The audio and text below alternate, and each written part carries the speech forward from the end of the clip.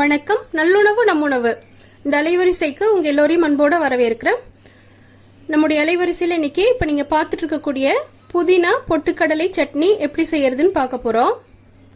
இந்த சட்னி இட்லி, தோசை, சப்பாத்தி இது மூணு கூடயுமே ரொம்ப நல்லா இருக்கும். அதுலயும் குறிப்பா இட்லிக்கு எத்தனை இட்லி வேணாலும் இந்த சட்னி வச்சு சாப்பிடலாம். அவ்வளோ சுவையா இருக்கும். பூரிக்கும் கூட இது நல்லா இருக்கும். இப்ப இது எப்படி செய்யறதுன்னு பார்ப்போம் வாங்க. இப்போ இந்த சட்னி அரைக்கிறதுக்கு தேவையான பொருட்கள் என்னன்னு பார்ப்போம்.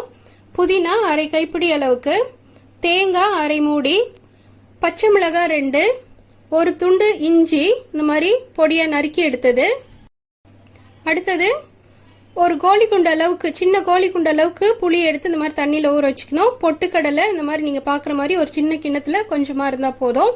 தேவையான அளவு எண்ணெய், உப்பு, கடுகு, உளுத்தம் பருப்பு, ஒரு 3 வரமிளகாய், கொஞ்சமா கருவேப்பிலை.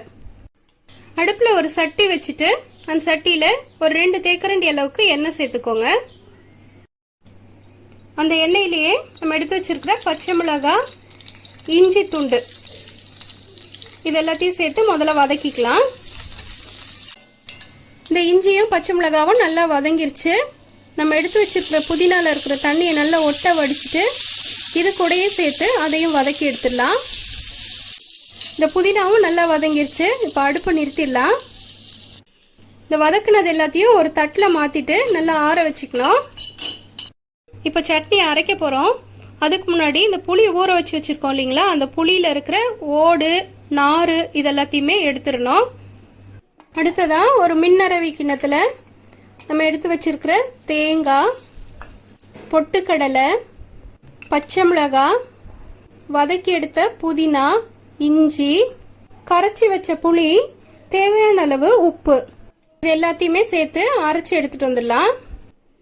சட்னி அரைச்சாச்சு.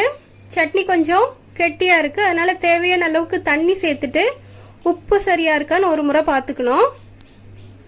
அடுத்ததா சட்னி தாளிக்கிறதுக்கு சட்டியில ஒரு 2 தேக்கரண்டி எண்ணெய் சேர்த்துட்டு எண்ணெய் நல்லா காஞ்சதும் கடுகு, உளுத்தம் பருப்பு சேர்த்து வெடிக்க விட்டுறணும். அடுத்ததா வரமிளகாய், கொஞ்சமா கருவேப்பிலை இதையும் இது கூட சேர்த்து பொரிய விட்டுடலாம். இப்போ தாளிச்சதை எடுத்து நம்ம அரைச்சி வச்சிருக்கிற புதினா பொட்டுக்கடலை சட்னியில சேர்த்துடலாம். அவ்வளோதான், புதினா பொட்டுக்கடலை சட்னி அருமையா செய்தாச்சு. இது இட்லி, தோசை கூட ரொம்ப ரொம்ப நல்லா இருக்கும். கண்டிப்பா நீங்களும் உங்க வீட்டில் செய்து பார்த்துட்டு உங்களுடைய மேலான கருத்துக்களை கீழே உள்ள கருத்து பெட்டியில பதிவிடுங்க. நன்றி.